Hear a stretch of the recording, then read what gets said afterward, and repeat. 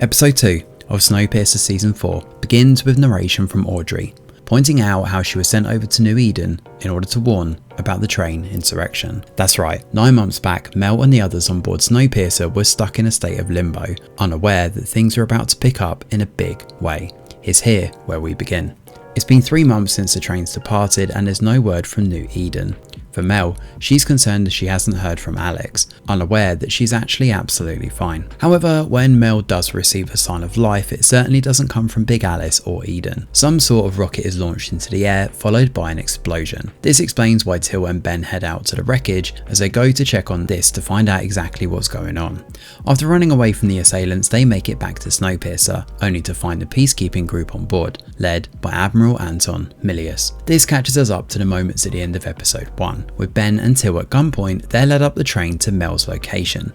When Till tries to use the phone, she's shot down, and with this single shot, it ends the peace they've worked so hard to build.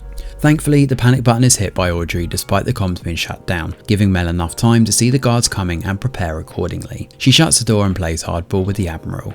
Unfortunately, holding Ben up at gunpoint and initiating a countdown is enough for her to concede.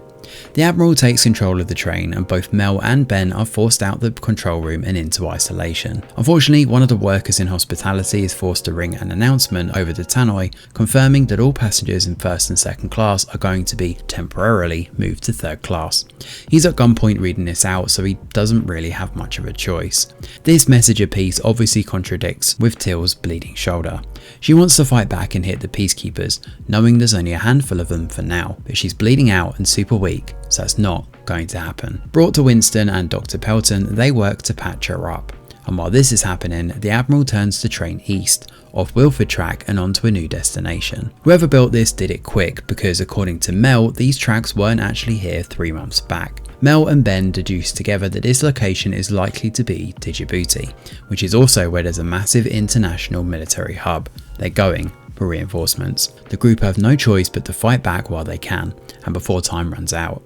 After hitting the guard outside the room and stealing his gun, Mel and Ben race down to controls intent on slowing the train and buying themselves some crucial time. While Audrey is questioned by the Admiral, Mel and Ben show up at Ruth's HQ down in the bowels of the train, right where she set up her rebellion against Wilford. Together they hit the brakes, but unfortunately the Admiral has a countermeasure. He locks 100 passengers, including Audrey and Till, in a carriage and has one of his men shoot a hole in the roof and locks them in.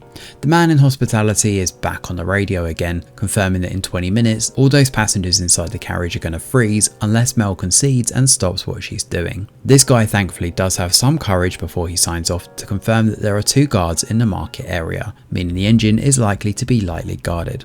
Mel and Ben deduce that they may be able to gamble on the airshaft. Now, Mel's plan involves heading to the engine and from there activating the failsafe. The general idea is that if the temperature drops near freezing, the doors will open to flush out the cold air. Mel can then rewire from the engine to make this happen, but unfortunately her only way is to crawl through the intake from the outside. As Mel puts the plan into action, Audrey organises the passengers while Till decides to head up and patch the hole in the roof. They manage to do so, using the bloody alcohol-ridden bandage covering Till's shoulder for good measure. It does buy them some time, but the temperature continues to drop, and with minus 40 degrees around them, even the warmth from Audrey and Till's conversation can't help them here. With the train decelerating, Mel makes it to the control room and opens the doors, just as Nema suddenly bursts in. He catches Mel off guard as he explains what's been happening with him. Now, the US Air Force flew him there to this bunker along with 80 scientists and engineers, tasked with correcting the government's mistakes, i.e. trying to save the world. Mel doesn't buy this initially, especially given the Admiral's hostility and shooting Till, to name but a few instances.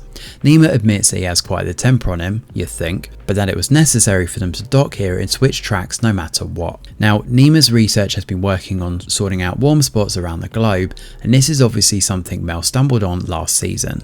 Nema wants to use Snowpiercer to launch their compound from the other side of the planet, because right now their warm spots are great, but half of the globe is still in deep freeze. With the train, they could essentially heat the planet and connect up these hotspots like a web. Nema even has satellite images to show a whole bunch of people inside one of these spots, living outside. Ben and Mel discuss the implications of this sometime later. They both deduce that if this plan is successful, there wouldn't need to be any more Snowpiercer or a train to live on.